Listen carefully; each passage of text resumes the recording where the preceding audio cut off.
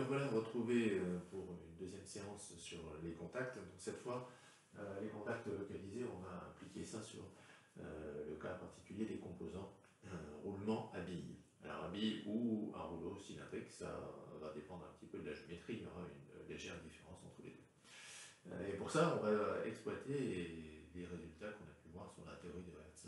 Ces résultats concernent deux choses. D'abord les problèmes de résistance. Si on a vu que sous une charge radiale, par exemple, eh bien, la baille intérieure par rapport à la baille extérieure, elle a été plus sollicitée. Mais c'est pas tout. Le fait que la bague tourne, en tout cas une des deux tourne par rapport à la charge, ça veut dire qu'un point de la bague est successivement chargé, et puis moins chargé, et puis chargé à nouveau. Et ça génère ce qu'on appelle de la fatigue. Par ailleurs, on a vu aussi que sous charge, eh bien, vous aviez un enfoncement local, petit enfoncement, qui, multiplié par celui que vous allez avoir aussi de l'autre côté, qui est aussi un contact localisé et aussi avec un enfoncement, eh bien, va conduire à une certaine rigidité du roulement. Donc sous charge, le roulement, la baille intérieure et la baille extérieure se déplacent l'une par rapport à l'autre. Et la question, c'est de savoir un peu comment. Et là, on va se rendre compte que le comportement de ces roulements est non linéaire, c'est-à-dire que si on applique une charge 2 fois plus grande, on n'a pas forcément 2 fois plus de déformation. Voilà l'objectif du jour. Donc les fabricants de roulements procèdent à des essais. Donc de nombreux roulements sont mis en route et tournent sous charge. Et donc pour un niveau de charge donné, eh bien on regarde au bout de combien de cycles 90% de ces roulements ont survécu. Si on fait ça pour plusieurs niveaux de charge, on arrive à mettre en place une courbe qui ressemble à une courbe de Wöhler. Et cette courbe redressée dans un diagramme log-log, ça donne quelque chose qui peut être modélisé par une loi puissance. Donc la loi s'écrit L égale C sur P à la puissance petit p. L, c'est la durée de vie en millions de tours. C, c'est la capacité de charge du roulement, donc ça c'est donné par le catalogue constructeur. Et P, grand P, c'est la charge que vous appliquez effectivement. Petit p est un exposant qui dépend si c'est des billes ou des cylindres. La plupart du temps, on n'a pas une charge purement radiale ou purement axiale, et du coup, pour calculer cette capacité de charge, on fait une combinaison de la charge axiale ou de la charge radiale, suivant une valeur du rapport qui peut être plus grande ou plus petite qu'une certaine limite, donnée par les catalogues constructeurs aussi.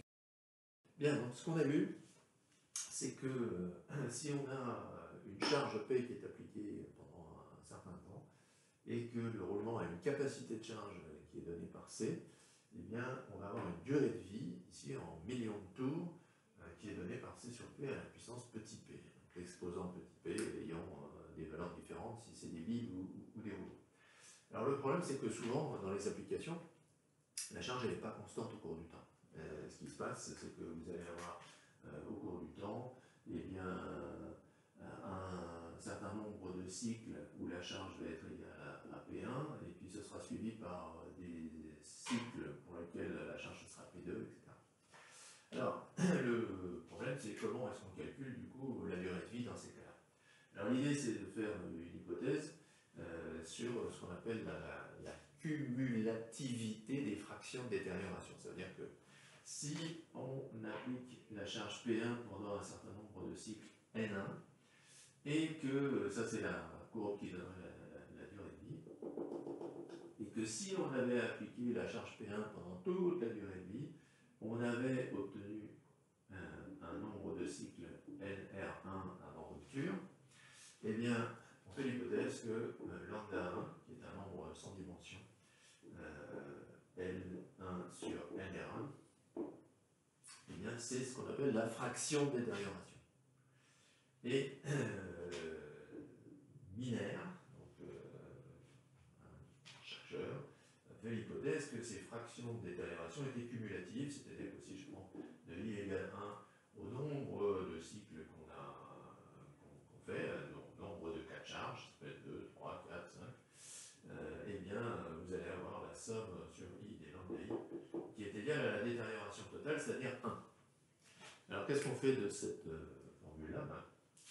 De cette formule-là, on va en déduire que la somme sur i des ni sur nri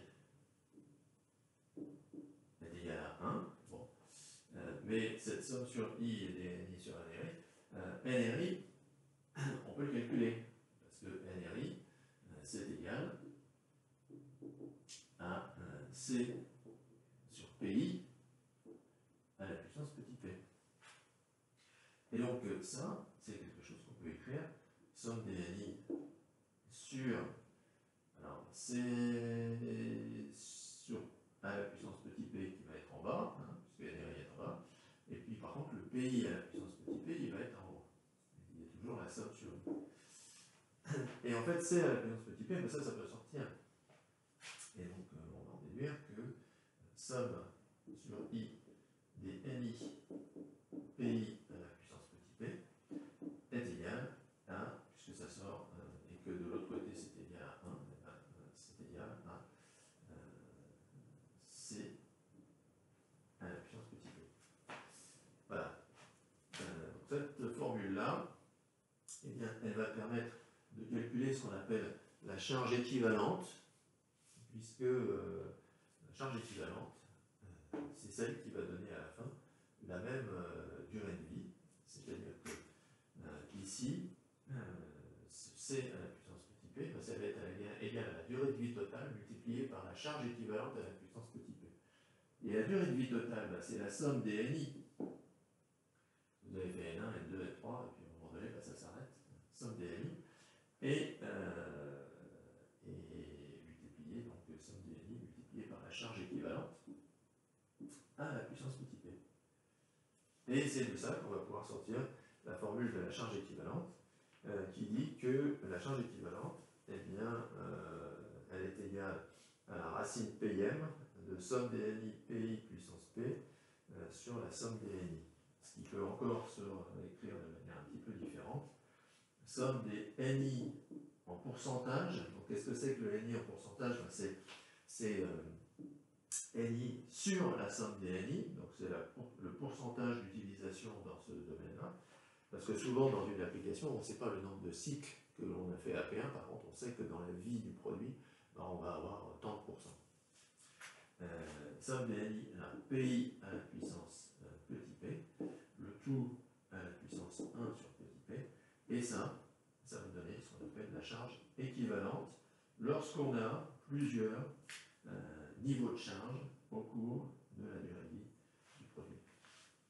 Alors c'est important de bien avoir en tête que ces durées de vie sont statistiques et correspondent à une fiabilité de 90%, c'est-à-dire une probabilité de 0,9 d'arriver jusqu'à cette durée de vie.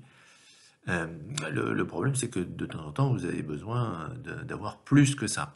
Notamment dans un montage où il y aurait deux roulements, si chacun des deux roulements est calculé pour une fiabilité de 90%, la fiabilité du montage, ça va être le produit des deux probabilités, c'est-à-dire en fait 81% seulement. Alors, pour pouvoir corriger ça, on a besoin pour chacun des deux roulements de mettre un peu plus, de telle sorte que la durée de vie des deux soit égale. Et du coup, on utilise la loi de Weibull pour corriger les probabilités. Alors maintenant, on sait à peu près tout sur le calcul de la durée de vie, c'est-à-dire la résistance ou la tenue. Maintenant, intéressons-nous à la rigidité. Alors on a vu que localement, on pouvait écrire une loi non linéaire entre l'écrasement ou le rapprochement des deux solides en contact et la force, et que quand le contact était ponctuel, on avait un exposant 2/3. Ça, c'est les lois de Hertz qui nous disent ça. Alors maintenant, si on veut appliquer ça à un roulement, là c'est pareil, on peut pratiquer à des essais. Alors donc là par exemple vous avez une butée à billes avec une charge F qui est axiale qui est appliquée sur la butée et on relève avec un comparateur l'écrasement du roulement. Eh bien, comme la loi est supposée être non linéaire, si on trace à nouveau dans un diagramme log-log, on va obtenir une droite. Et la pente de cette droite, ça va nous permettre de vérifier que l'exposant est bien égal à 2/3. Et puis, en prenant une valeur caractéristique, donc une certaine force, 1000 newtons par exemple, ça correspondra à un certain delta. Et on pourra identifier le K si on connaît le nombre de billes Z. Alors pour ce deuxième exemple, on a pu une butée qui est directement avec des réactions au niveau des billes perpendiculaires ou parallèles à la charge axiale. mais cette fois, à cause du contact qui est oblique, les réactions des billes, sous l'effet de la force axiale qui se trouve là-haut, les réactions des billes vont être inclinées d'un angle gamma. Alors du coup, quand on va faire la somme des forces, si on isole la vague supérieure ou la vague inférieure, peu importe, enfin, quand on isole l'une des deux vagues et qu'on fait son équilibre, eh bien on va avoir FA qui va être porté par l'axe de révolution, donc l'axe Z par exemple, et qui va être équilibré par la somme sur toutes les billes des charges Q. Les charges Q, si le système est bien symétrique et qu'on est dans l'axe, elles sont toutes égales.